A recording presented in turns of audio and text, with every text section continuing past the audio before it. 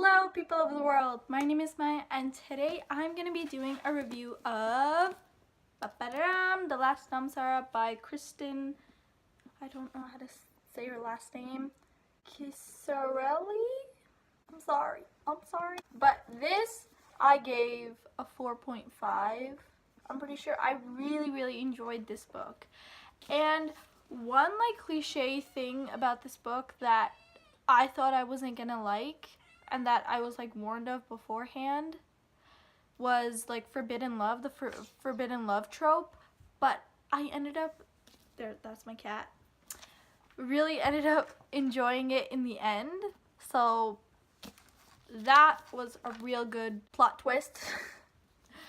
Wasn't an actual plot twist, but the plot twist was my feelings changing about the forbidden love trope. But anyway, it's about hunting dragons. It's about this girl who has been named the Israki because she made one of the strongest dragons come to their town and destroy their town, and the israki is a person who destroys. She is a dragon slayer, dragon hunter, and it's about her journey through discovering on how she can mend her past. And it's a really good book, and that's all I can say without spoiling. Go away, non-spoilery people, because I don't want to spoil you, and it's a really good book and you should go read it. Bye! Okay, moving on. What did I think about Asha? I loved her, first of all. She was a really strong, good-willed character, and I love how she was so conflicted in choosing who to believe, because there was her father, the Dragon King, and how he was just poisoning her, brainwashing her, because that's all she's known her life is dragon slaying. And then when she discovers that they aren't bad, the dragons just aren't bad people, that aren't bad animals, just trying to living their life, it's just a realization that comes on, her own father betrayed her, and when the secret comes out that he manipulated her into calling the Kozu, the dragon, it was just whoa, mind blown. Plot twist, man. That plot twist really got to me. It was just wow. That's really bad. Family figures are supposed to be the ones attached to you, and I'm really glad she had a great relationship with her brother, which I love a good brother-sister relationship, but I really wanted a father-daughter relationship, but then it ended up him being the bad guy, and I was like, yeah, kill him. Her brother was Dax. He was, I don't know how to say, I'm really conflicted about my opinion on him. On the one side, he is a good character, and all he's trying to do is restore his kingdom back to the good graces that his grandmother left them in bad graces and killing dragons or whatever. But on the other hand, he's such a weak-willed kind of. Dax is a really powerful character, but at the same time, seeing it from Ash's perspective, we feel he's at first, I didn't like him. I didn't like Dax at all, because all we were seeing it was from Ash's perspective, and how she was brainwashed into thinking that spending time with the scrub bladers was wrong, and what they believed was wrong, even though what they believed was right, and they shouldn't have slaves. And oh, how she fell in love with a slave. I was expecting, I was waiting for the slave to be some big hero or some big thing, but no, he was just a good guy who just turned out to be a slave, and like they fell in love. Just because she was a princess doesn't mean he had to be a prince. He could be a slave. They could still have the greatest epic romance. And it was just, I loved that scene. I ignore my nails, guys, but I loved how he didn't need to be more. He was just a slave, but she loved him all the same. And that just, oh, that's so cute. His character was my favorite character, and I know that's very typical to say, like the main love interest was my favorite character, but I think he was like really well thought out. Even though Ash's character was more well thought out, and she like represented me more, like how the type of person she was, like that she represented me more, but somehow I really loved the love interest's character. Torin was like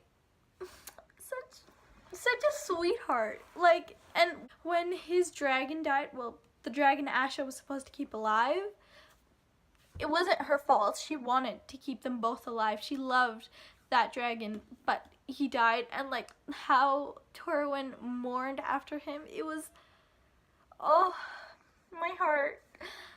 Legit, like I was having all the feels, and I started like crying. I like actually never ever like almost ever cry in books, but I started crying for the dragon, not for any human, but for a dragon, because I love animals. I just could not, like his like, not just his pet, but his like, dragons or cats or dogs or like whatever, they're not just your pet, they're your family. And like part of his family was passing away, even though his like kind of mother, like adoptive mother, had just passed away of, I don't know what the timeline was, but I guess days ago. And now his other family that he's finally bonded with and finally somehow gotten some other family, they pass away too. Oh, that was like so sad. I was crying. I was on the bus going to school. Because I read this book in May, so I still had school. And I always sit next to one of my best friends, Arisha. Shout out to her. And I was reading it, and I started crying because Shadow died. And she was like, "Are you okay?" And I was like, my favorite character just died. But he couldn't be labeled as my favorite character anymore because, you know, he's dead. And I was so frustrated, and I was just like, wow. And I like ended up crying like at lunch again because I was rereading the scene. Let's talk about the plot. The plot was amazing. Yes, that's why I gave it like a 4.5, 4.75, because like I love a plot filled book. Like characters, yeah, okay, I can read about like a character like type of book. Love a plot way more. Like I need some plot for the book to hold my interest, and I love the plot in this, how it went steadily but not too fast paced. This was just at the greatest pace, and it was just amazing, and I loved it.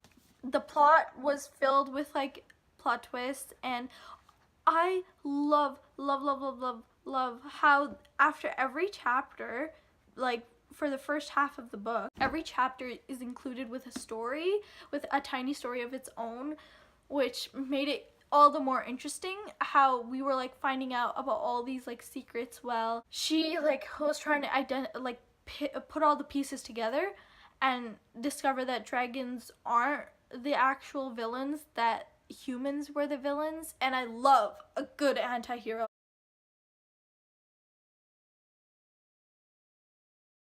Yes, my queen. Slay. I loved Kozu as a character and how they could talk to each other. What? Like they could kind of like talk to each other, and that was like real cool, man. That was so cool. I wish I could talk to a dragon. I wish there dragons existed. Honestly, why don't dragons exist? Wow. This book was really good. I really loved it.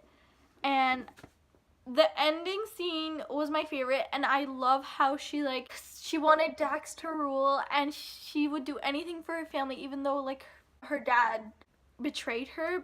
So she stood by her brother, like she stood by her family, and she killed the Dragon King for him so he could rule, and it's okay if she was a traitor. And that just like, wow, the amount of love she had for her brother is like, wow. I love how they flew away together on Kozu at the end, even though the guards were like looking for her, and like even though Dax was searching, like he helped her escape and whatever, and it was just my heart. I love the ending scene, and I'm so excited for the second book, even though it's only a companion novel, and we will still hear about her, but it's actually told from the perspective of Roa, which she was a big character in this. She was one of the scrub bladers who, like, she was a really good character, but again, I was also conflicted about her. Like, I didn't think she was genuine 3/4 of the way through the plot, and then I was like, yeah, she's a good one. I wanted more of Shadow. I miss Shadow already, okay? Like, I cried over him. I love Shadow so much. The ending scene where they, like, flow away together is just, yes. But my favorite scene has probably got to be the scene where, like, if she asked, Kozu would come to her.